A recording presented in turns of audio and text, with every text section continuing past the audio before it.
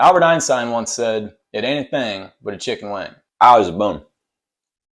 Thought I got you out. They're fun to make, they're fun to eat, and they're versatile as hell. You just throw whatever sauce on them and it works. So we're gonna make two wings. We're gonna make a nice honey chipotle wing, and we're gonna make the classic garlic parmesan wing with a little twist.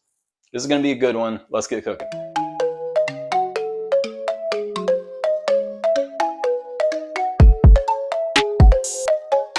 All right, y'all, let's get into it. And I apologize in advance if you hear like girls yelling and laughing in the background. I think there's like some sort of bachelorette party happening or something.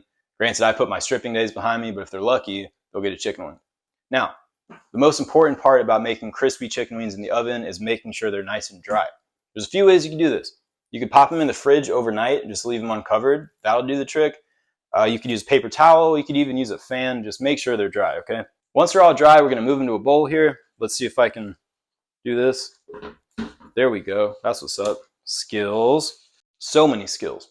We're going to season the wings, but we're going to keep it simple because we're adding sauces later. We don't want all the flavors to get angry with each other and not taste good. So first things first, about a tablespoon of both garlic powder and onion powder, about a teaspoon of salt, same deal with some pepper. And now the most important part, we're going to use a tablespoon of baking powder. All right, this is about 24 wings. So a tablespoon's fine. If you just use 12, then use half.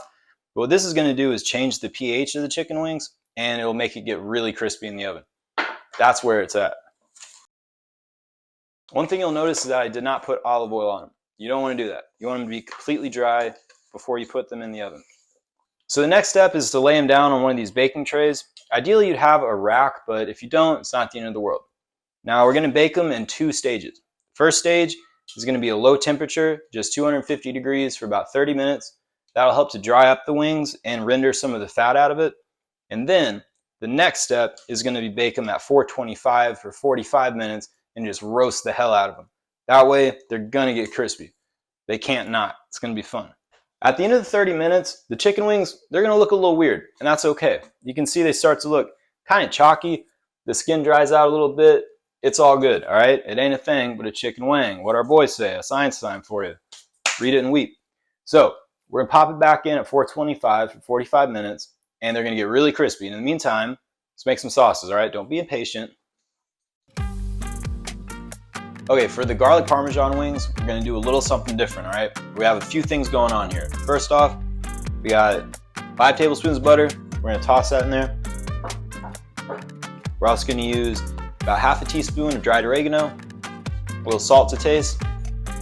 We got a few sun-dried tomatoes here. We're going to add these in. We're going to fish them out afterwards, but we just want to get some of their flavor out, okay? Garlic, you guessed it. We'll take 3 good-sized cloves here. I'm just going to be lazy and use this guy. Nothing wrong with that. We're going to use about half a lemon's worth of juice. So yeah, this is a good-sized lemon. We're going to get the juice out of it. Make sure you don't get any seeds in there. Hopefully you don't have a paper cut. If you do, then suck it up. Quit being a wimp. So we're going to go for about a 1/4 cup of chopped parsley. Going to add that in. And we're going to cook it on the stove for a little bit, just very low temperature. All you're trying to do is get the flavor of the garlic and the sun-dried tomatoes to just release. That way we can toss our wings in it. And the Parmesan comes into play at the very end. We're going to toss the Parmesan on the wings with the sauce. It's going to be awesome. So let's let it do its thing on the stove, low temperature, and we'll get started with the next sauce. Now for the chipotle honey wings. And I'll be honest, these are the ones I'm looking forward to the most because I love chipotle. So we're going to start off with 5 tablespoons of melted butter. And that goes. I'm going to use about half a can or 3 tablespoons of chipotle and adobo. I have like 12 of these cans at all times. Oh, I do not play around. Do like a little handful of cilantro here, a knob of garlic, and we're going to use the juice of half a lime. Don't cut your fingers.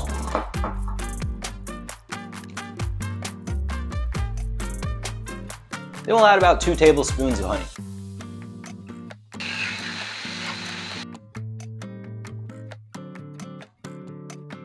Sweet, smoky, spicy, everything you could ever imagine.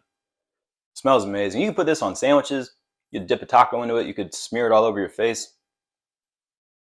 Save that for my other channel. All right, the wings are done cooking. Now, I told you they'd be crispy. You think I was lying? Check it out.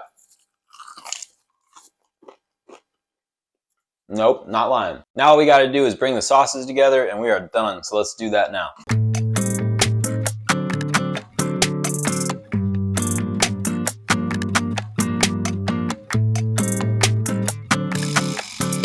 All right, we're all done and these wings look fantastic. I mean, look at that. Nice. I think I'm gonna try these ones first. The garlic parmesan ones.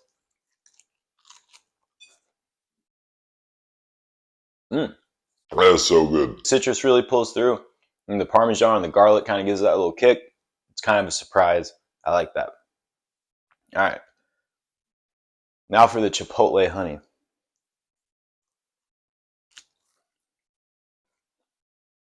At first, it kind of seems like barbecue because of the sweetness of the honey. Then the smokiness of the chipotle and the heat of it kicks in. It's weird. It is like barbecue, but it's not. Yeah, it's like Mexican barbecue. I don't know how else to put it. It's really good, though. I could eat this all day. I will. If you're still watching, thank you. I appreciate it. Subscribe, and I'll keep doing it.